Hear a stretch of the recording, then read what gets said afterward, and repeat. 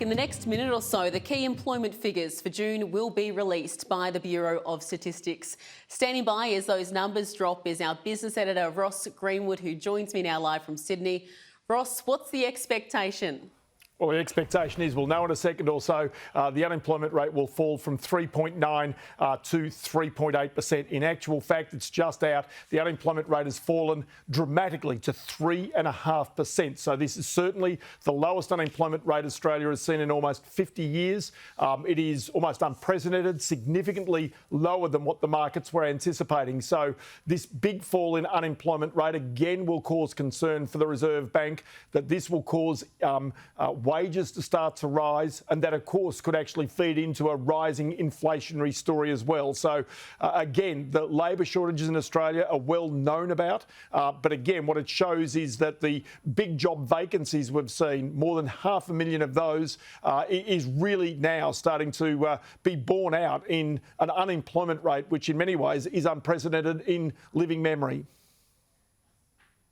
So, Ross, if you've got an unemployment rate that drops to 3.5%, that then sets the RBA a little bit uneasy, or even more uneasy in terms of what that could mean for inflation.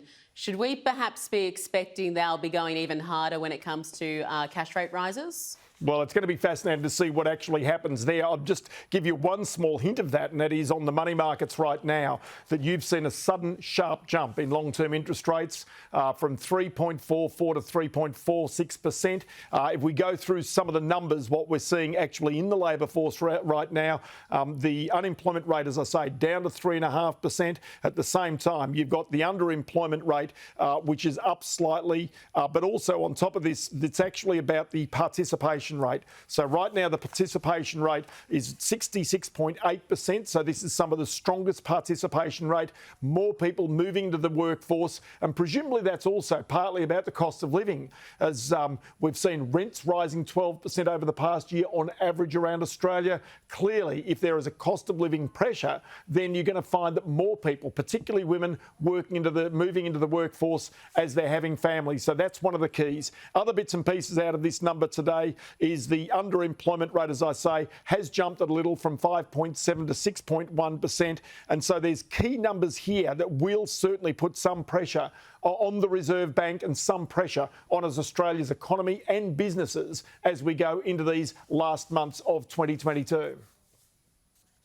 Ross, it also comes as we see that massive jump in the US overnight when it comes to inflation. So that's right. So the inflation number in the United States overnight at 9.1% was the highest inflation rate the United States has seen in 40 years. And it's led to many believe that the US Federal Reserve at its next meeting will raise interest rates there by 1 full percentage point. They're trying to get on top of the inflation. But the real problem is now whether they can do that without plunging the economy into recession. Many say it's already there. Similar dilemmas are right here, right now. The real fundamental problem is even though oil prices might come down, so petrol prices come down, if you've got higher wages inside the system, inside your economy, then what often happens is that the Reserve Bank has to raise rates for longer and for more to try and squeeze it out. That is the fundamental problem here. So here's some of the key numbers coming out.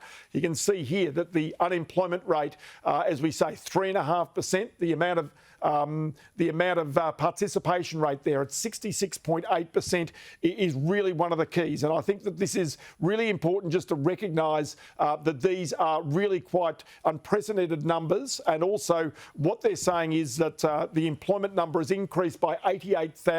Unemployment has fallen by 54,000 during this past month, which also shows the demand for workers by business, which is therefore going to put pressure in the future on the question of immigration. Right now, the number of people arriving in this country is around a third of the level on a monthly basis as it was before the pandemic. And of course, without the workers coming into the country, it really is putting pressure on the overall workplace and therefore potentially on wages as well. Yeah, and we know that business groups have been pushing for that migration cap to be lifted temporarily up above that 200,000 mark annually. In terms of that job summit we've got coming up in around 6 weeks, you've got to imagine these employment figures will play a central role there too.